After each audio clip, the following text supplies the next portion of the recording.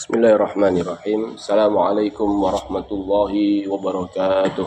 Waalaikumsalam warahmatullahi wabarakatuh. Alhamdulillahi rabbil alamin. Wa usalli wa usallim ala nabiyyina Muhammadin wa ala alihi wa sahbihi ajma'in. Amma ba'du.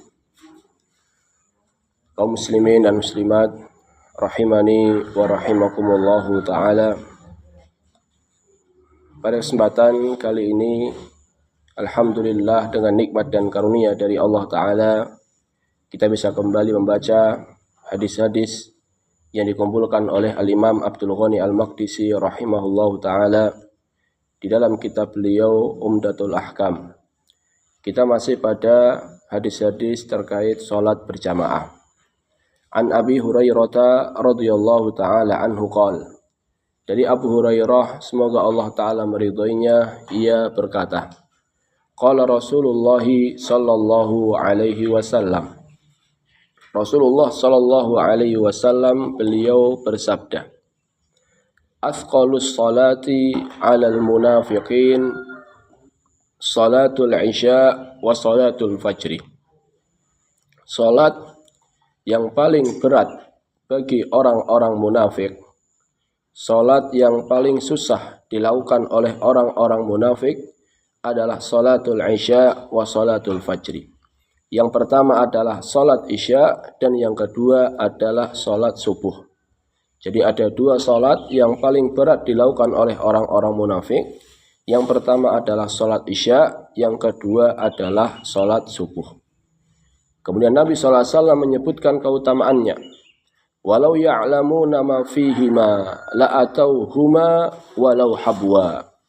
Sekiranya mereka mengetahui, sekiranya orang-orang yang malas salat isya dan salat subuh itu mengetahui ma fihima, apa yang ada di dalam keduanya dari keutamaan-keutamaan yang besar, la'atauhuma walau habwa, maka mereka akan mendatangi salat isya dan salat subuh walaupun dengan merangkak. Walaqad hamamtu an amura bis salati fatuqam. Sungguh saya benar-benar ingin agar salat ditegakkan, kemudian iqamah. Tsumma amura rajulan fayusalli bin nas. Kemudian saya perintahkan seseorang untuk menjadi imam bagi manusia. Karena biasanya yang imam Nabi SAW, namun di saat itu Nabi SAW pengen ada seseorang yang menggantikan Nabi SAW sebagai imam. Nah terus Nabi mau ngapain? Tsumma antaliqa ma'i birijalin ma'ahum huzamun min hatabin ila qaumin la yashhaduna shalah. Kemudian saya bersama beberapa sahabat membawa seikat kayu bakar. Saya akan pergi atau kita akan pergi menuju kaum yang mereka tidak sholat berjamaah. Saya akan pergi ke rumah orang-orang yang tidak sholat berjamaah. Fa'auharriqu alaihim buyutahum binnar. Kemudian saya akan bakar rumah mereka dengan api. Jadi Nabi SAW, beliau sempat berkeinginan untuk membakar rumah orang-orang yang tidak sholat isya secara berjamaah, membakar rumah orang yang tidak sholat subuh secara berjamaah. Maka ini menunjukkan akan betapa agungnya, betapa pentingnya masalah terkait sholat jamaah ini. Namun Nabi SAW jadi melakukan hal itu tidak jamaah? Tidak. Kenapa? Di antara alasannya adalah karena Nabi SAW tidak ingin kalau seandainya manusia mereka berkata bahwasannya Nabi SAW membakar rumah para sahabatnya. Jadi Nabi SAW tidak sampai melakukan hal tersebut. Namun hadis ini menunjukkan bahwasannya akan pentingnya sholat berjamaah. Kaum muslimin dan muslimat rahimani wa rahimakumullahu ta'ala. Pembahasan kita terkait hadis ini ada beberapa poin yang ingin saya sampaikan.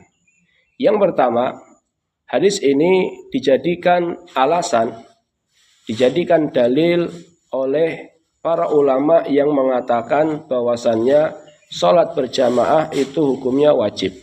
Kenapa? Karena Nabi Shallallahu Alaihi Wasallam sampai ingin membakar rumah orang-orang yang tidak sholat berjamaah. Jadi hadis ini dijadikan dalil oleh para ulama yang mengatakan sholat berjamaah ini wajib, tentunya bagi laki-laki, karena Nabi Shallallahu Alaihi Wasallam sampai ingin membakar rumah mereka. Keinginan Nabi Shallallahu Alaihi Wasallam, keinginan Nabi Shallallahu Alaihi Wasallam membakar rumah mereka. Hal ini tidak menunjukkan kecuali bahwasannya sholat berjamaah ini hukumnya adalah apa? Wajib. Ini poin yang pertama. Poin yang kedua yang bisa kita ambil dari hadis ini adalah bahwasannya sholat jamaah itu dilakukan di masjid. Jadi dari hadis ini menunjukkan bahwasannya sholat berjamaah itu dilakukannya di masjid. Kenapa? Karena kata Nabi SAW, la atauhuma walau habwa.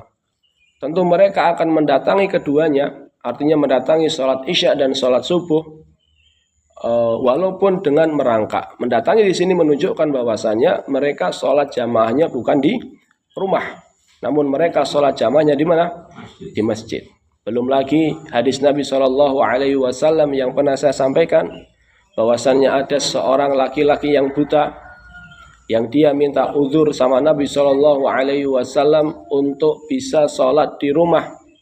Kemudian dia membawakan beberapa alasan bahwasannya dia buta, rumahnya agak jauh, perjalanan dari rumah menuju masjid ada beberapa penghalang seperti pohon kurma, adanya binatang buas, ular dan seterusnya. Kemudian Nabi mengatakan, iya kamu dapat uzur. Namun setelah dia ingin pergi dari Nabi Shallallahu Alaihi Wasallam, Nabi bertanya, hal sami'tan nida, apakah engkau mendengar azan? Kata Nabi SAW, kata orang tersebut, iya saya mendengar. Nabi SAW mengatakan fa'ajib. Kalau seperti itu, penuhilah panggilan azan. Maka di sini Nabi SAW tidak merintahkan dia untuk sholat berjamaah di mana?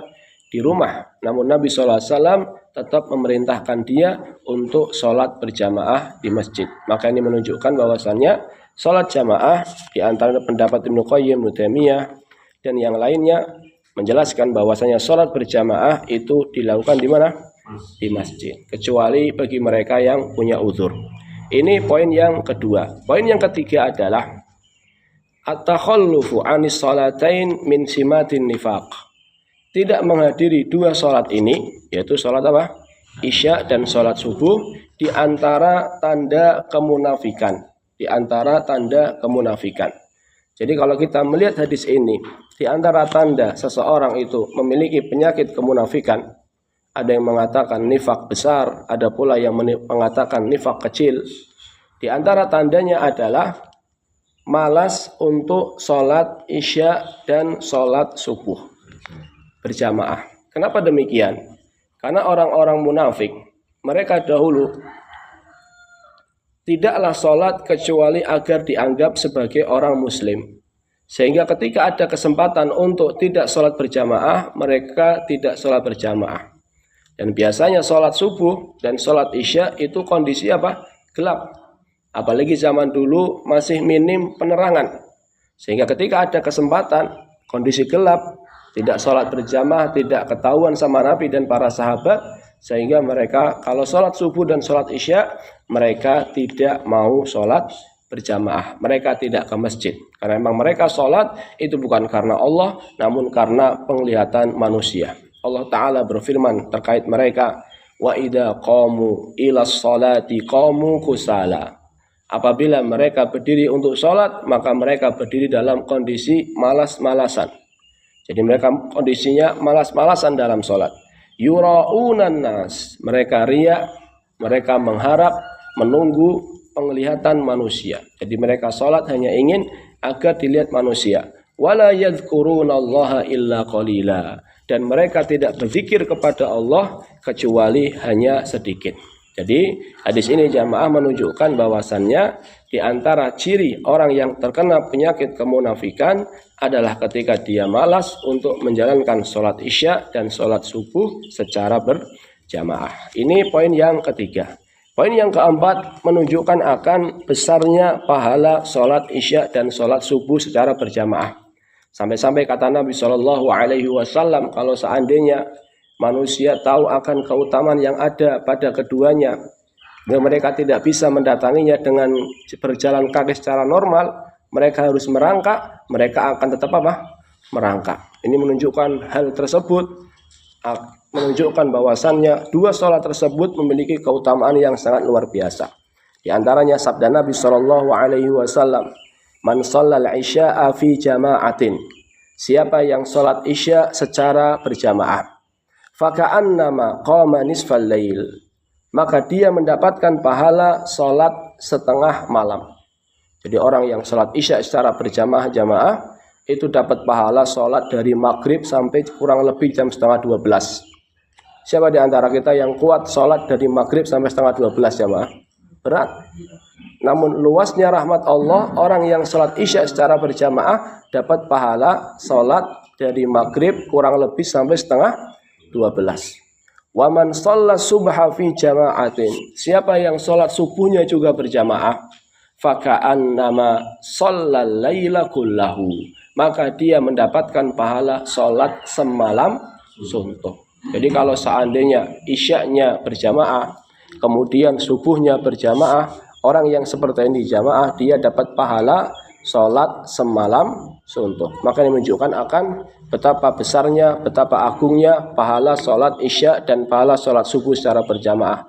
Makanya tidak heran kalau Nabi mengatakan tadi, walau ya'lamuna ma fihima, kalau mereka mengetahui keutamaan yang ada pada keduanya, la atauhuma walau habwa, mereka tentu akan mendatangi keduanya walaupun dalam kondisi apa? Merangkak. Nabi SAW juga bersabda, "Basyiril masya'ina fil dhulam ilal masajid bin nurit tami yaumal qiyamah." Berilah kabar gembira kepada orang-orang yang berjalan menuju masjid dalam kondisi kegelapan. Dalam kondisi gelap di sini berarti sholat apa? Isya dan sholat subuh. Beri kabar gembira kepada mereka bin nurit tam, dengan cahaya yang sempurna kelak di hari kiamat. Ini menunjukkan jamaah bahwasannya sholat itu akan mendatangkan cahaya. Cahaya di mana? Cahaya di dunia, cahaya di alam barzakh, dan cahaya kelak di hari kiamat. Makanya Nabi SAW bersabda, as-salatu nurun, sholat adalah cahaya. Maka siapa yang ingin dapat cahaya, maka hendaknya dia menjaga sholat. As-salatu nurun, cahaya di dunia. Maksudnya apa? Maksudnya adalah orang yang sholat, orang yang rajin sholat, maka Allah Ta'ala akan berikan kepadanya cahaya di dunia dalam bentuk hidayah. Dia akan Allah Ta'ala bimbing untuk senantiasa berada di atas jalan yang benar. Kalau seandainya dia pun terjatuh ke dalam kemaksiatan, maka cahayanya akan redup. Namun ketika dia terus sholat, maka cahayanya akan semakin menguat dan menguat. Ini cahaya di dunia. Hatinya akan senantiasa bercahaya sehingga dia akan bisa istiqomah di atas jalan yang benar. Ini manfaat sholat di dunia. Cahaya di dunia dalam artian hidayah. Cahaya di alam barzah, jelas kita tahu bahwasannya alam barzah ini gelap. Kata Nabi SAW, "Inna hadhil kubura mamlu'atun zolamah atau zulmah." Sesungguhnya kuburan-kuburan ini penuh dengan kegelapan. Nabi juga mendoakan Abu Salamah, "Wa nawwir lahu fihi." Berikanlah cahaya di kuburannya Abu Salamah. Ini menunjukkan bahwasannya alam barzah itu apa? Gelap. Alam barzah itu gelap. Dan siapa yang ingin alam barzahnya terang, mendapatkan cahaya, diantaranya dengan sholat. Karena Nabi mengatakan, as-sholatu nurun. Bayangkan jamaah kalau seandainya di dunia saja mati lampu sehari, berat enggak? Berat luar biasa. Apalagi kalau seandainya di alam barzahnya gelap sampai hari kiamat. Waliyadzubillah. Ini yang kedua. Yang ketiga, cahaya di akhirat. Mana dalilnya? Ini. Basyiril masya'ina fi dhulam. Berilah kabar gembira bagi orang-orang yang berjalan ke masjid dalam kondisi kegelapan dengan cahaya yang sempurna kelak di hari kiamat. Jadi di hari kiamat pun gelap. Nabi bersabda, ittaqul zulma fa inna zulma zulumat yaumal qiyamah. Jauhilah oleh kalian kezaliman, karena kezaliman adalah kegelapan yang berlipat. Jadi yaumal qiyamah, kegelapan yang berlipat kelak di hari kiamat. Ini menunjukkan bahwasannya di hari kiamat nanti petangnya bukan petang biasa, tapi petang apa? Petang dedet. Maka di antara usaha agar mendapatkan cahaya adalah dengan senantiasa menjaga sholat. Wallahu ta'ala alam bisawab. Terima kasih atas perhatiannya. Kita tutup dengan doa kafaratul majlis. Subhanakallahumma bihamdika asyhadu an la ilaha illa anta astaghfiruka wa atubu ilaih. Wassalamualaikum warahmatullahi wabarakatuh. Waalaikumsalam.